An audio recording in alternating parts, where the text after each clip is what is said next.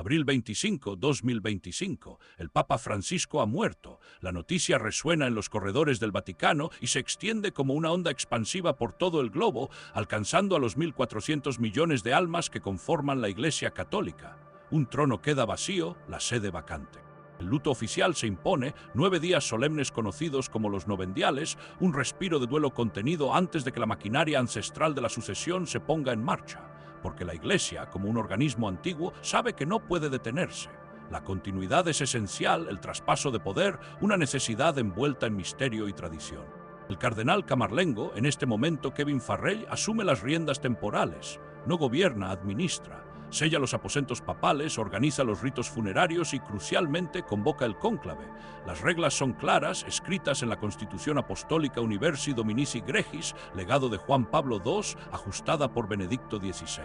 Entre 15 y 20 días después del fallecimiento, los príncipes de la Iglesia deben reunirse. El reloj ha comenzado a correr. Empiezan a llegar a Roma. Hombres de púrpura de todos los rincones del planeta. Son el colegio cardenalicio, 240 en total, pero no todos tendrán voz ni voto en lo que está por venir. La edad es el primer filtro. Solo aquellos menores de 80 años podrán cruzar el umbral de la Capilla Sixtina como electores. 135 hombres. 135 destinos en sus manos, incluido el suyo propio. Y aquí reside la primera gran incógnita de esta elección. De esos 135, 108, casi el 80%, fueron creados cardenales por el hombre al que ahora lloran y a quien deben reemplazar. Francisco les dio el capelo rojo, seguirán su visión, su impulso reformista, su mirada hacia las periferias.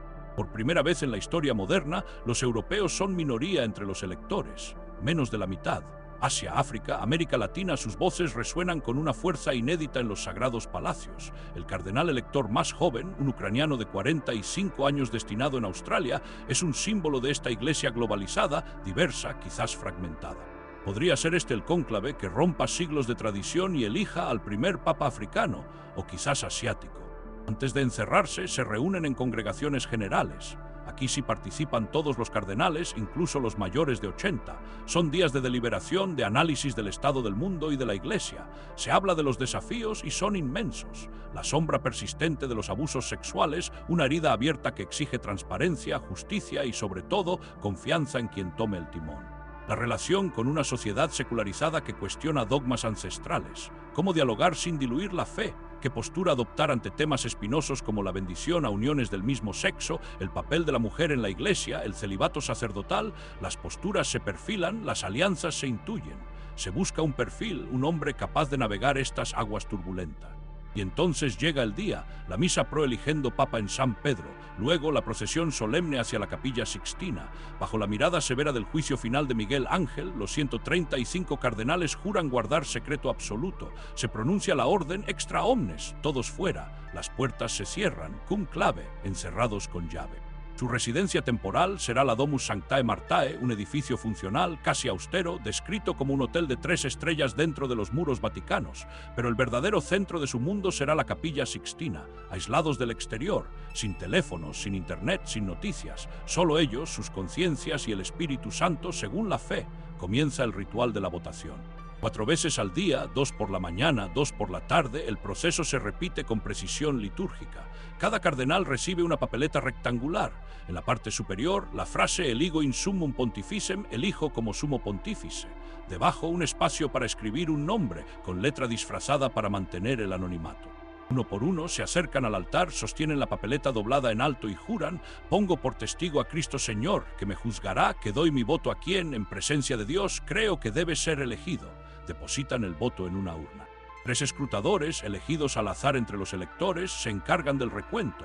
Leen cada nombre en voz alta. El silencio es denso, cargado de expectación. Para ser elegido papa se necesita una mayoría cualificada, 2/3 de los votos. Con 135 electores, eso significa 90 votos. Una cifra alta, difícil de alcanzar rápidamente. Si ninguna candidatura obtiene los 90 votos, las papeletas, junto con las notas de los cardenales, se queman en una estufa especial instalada en la capilla. Se añade paja húmeda o productos químicos para producir el humo negro que saldrá por la chimenea, la señal para la multitud expectante en la plaza de San Pedro y para el mundo entero. Todavía no hay papa, fumata nera. Los días pueden pasar así, votación tras votación. Las conversaciones en los pasillos de la Domus Sanctae Martae durante las comidas son cruciales, aunque teóricamente prohibidas en cuanto a pactos explícitos. Los nombres circulan, los papabili. ¿Quiénes son? Peter Turkson de Ghana, una figura imponente con experiencia en la curia romana, voz autorizada en temas de justicia y paz, un conservador pragmático. ¿Será él el primer papa negro? Cerca, Fridolin Ambongo, de la República Democrática del Congo, arzobispo de Kinshasa, también conservador, conocido por su trabajo por la paz en una región conflictiva.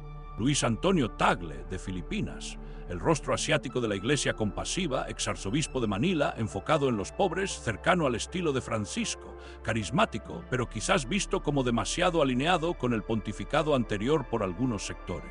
Desde Europa las opciones son distintas. Pietro Parolin, el secretario de Estado, italiano diplomático consumado, conoce la maquinaria vaticana como pocos. Un moderado, un constructor de puentes, quizás una opción de consenso si el cónclave se bloquea. Matteo Soppi, arzobispo de Bolonia, también italiano, ligado a la comunidad de Sant'Egidio, con fama de dialogante.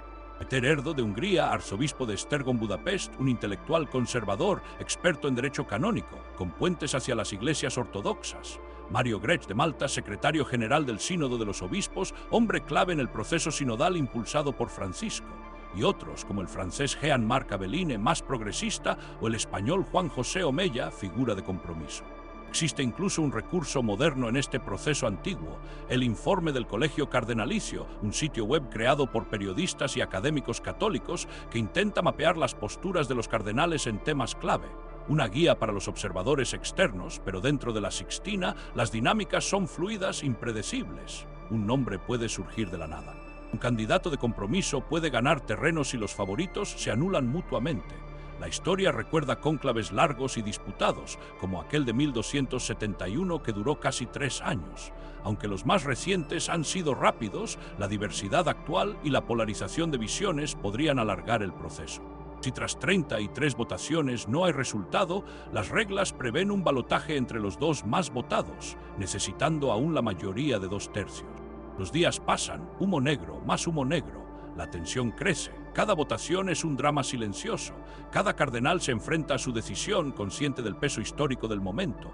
Están eligiendo no solo a un líder para 1.400 millones de católicos, sino al jefe de un Estado soberano, una voz moral en el escenario mundial, el sucesor de Pedro. Y entonces ocurre, quizás en el segundo día, quizás en el quinto, los escrutadores cuentan 90 o más. Un nombre ha alcanzado la mayoría requerida, un silencio aún más profundo se apodera de la capilla. El cardenal decano, Giovanni Battista Re, se acerca al elegido y le pregunta en latín: «¿Acceptasne electionem de te canonice factam in summum pontificem?» ¿Aceptas tu elección canónica como sumo pontífice? Si la respuesta es afirmativa, le pregunta: «Quo nomine vis vocari?» ¿Con qué nombre quieres ser llamado? En ese instante, el hombre elegido deja de ser quien era, se convierte en papa. Las papeletas se queman, esta vez con paja seca o productos químicos que producen el esperado humo blanco, fumata bianca. Las campanas de San Pedro comienzan a repicar, un sonido que se extiende por toda Roma. La multitud en la plaza estalla en júbilo. Poco después, el cardenal protodiácono Dominique Manberti aparecerá en el balcón de las bendiciones de la Basílica de San Pedro. Pronunciará las palabras que el mundo espera: «Annuncio vobis gaudium magnum, habemus papam». Os anuncio una gran alegría, tenemos papa, seguido por el nombre de pila del cardenal elegido y el nombre papal que ha escogido. Un ciclo termina, otro comienza. Un hombre elegido por otros hombres en un ritual centenario se prepara para asumir una de las cargas más pesadas y complejas del mundo. La Iglesia tiene un nuevo líder. ¿Cómo gobernará? ¿Qué camino elegirá? ¿Qué desafíos enfrentará? Eso es historia aún por escribir. Pero el proceso, una vez más, se ha cumplido. La tradición ha dado paso al futuro.